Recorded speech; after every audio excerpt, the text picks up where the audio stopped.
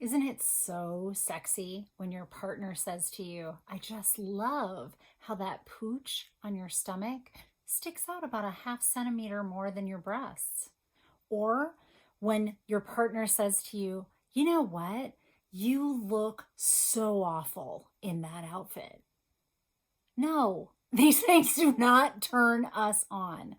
And no, I don't think our partners are talking that way to us. I know we're talking that way to us. Hi, I'm Dr. Natalie Marr. I am a clinical psychologist and a life transition expert, and it is my passion to help women in midlife make better, more empowered decisions and take their lives back. And this month, in the month of February, I'll be talking to you all about sex. So, hey, what gives? When most, like up to 90% of what attracts us or gets us in the mood for sex is context, why are we breaking our bodies down every single day? Rhetorical question. I already know why. Culture, family, this has been conditioned into us. We truly look at bigger women and say, eh. And we look at smaller women and go, oh, I wish I looked like her. And yet, only a small percentage of us are actually fitting into the category of attractive. And guess what? That those folks also are struggling with their body images. So even if you are attractive, you're never attractive enough. And that is what a capitalistic society and marketing does when it needs to make its money.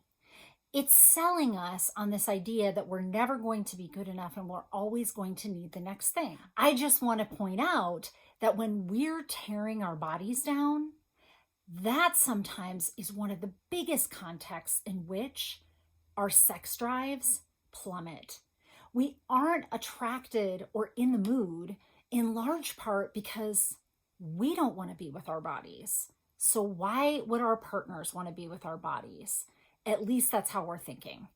And I want to change that for you, which is why on February 13th and 20th, we're going to be talking about this in my workshop extensively. But for now, my tip for you is this. I want you to treat your body better. I don't care what kind of trick that you need to play in order to believe that your body is beautiful, but you need to start to see it through that lens. Maybe you have to see yourself like your partner does. Or maybe you need to see yourself like a friend does, like your kids do. They love you. They love all of you, including what you look like. So let me give you an example. I struggle with body image too. I'm a woman in America, so how would I have gotten away with that? And in my mid 40s, man, nothing on this body looks the same. Gravity is terrible. And I have a little child. She's a first grader and she looks up to me and wants to be just like her mommy. And yet, if I'm tearing my body down, what kind of message am I sending her, right?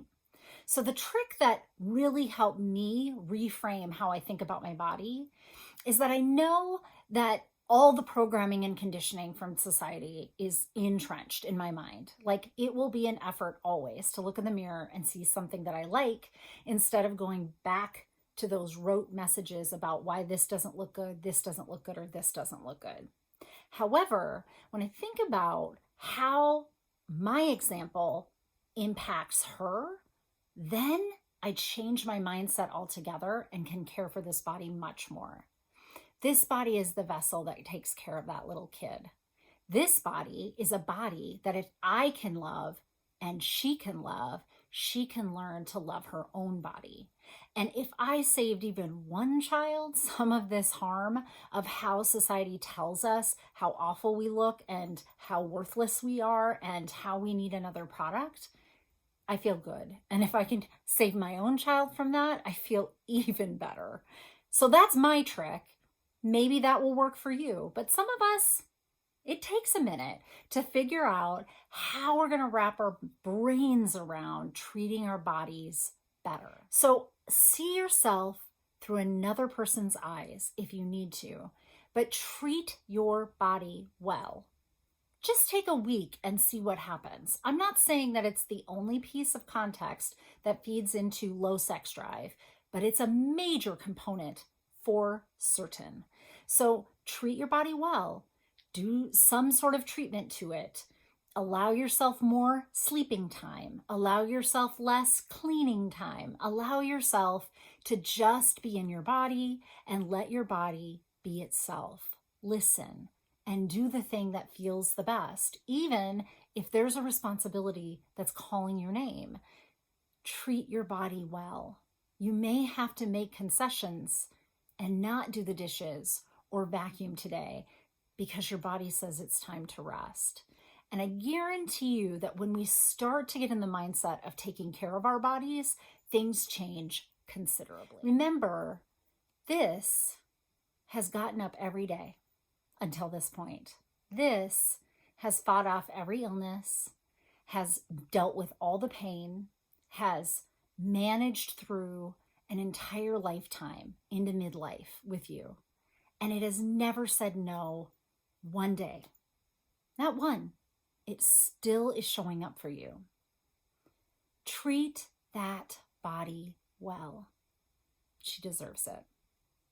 Stay compassionately self-aware, and you too can learn to love your story.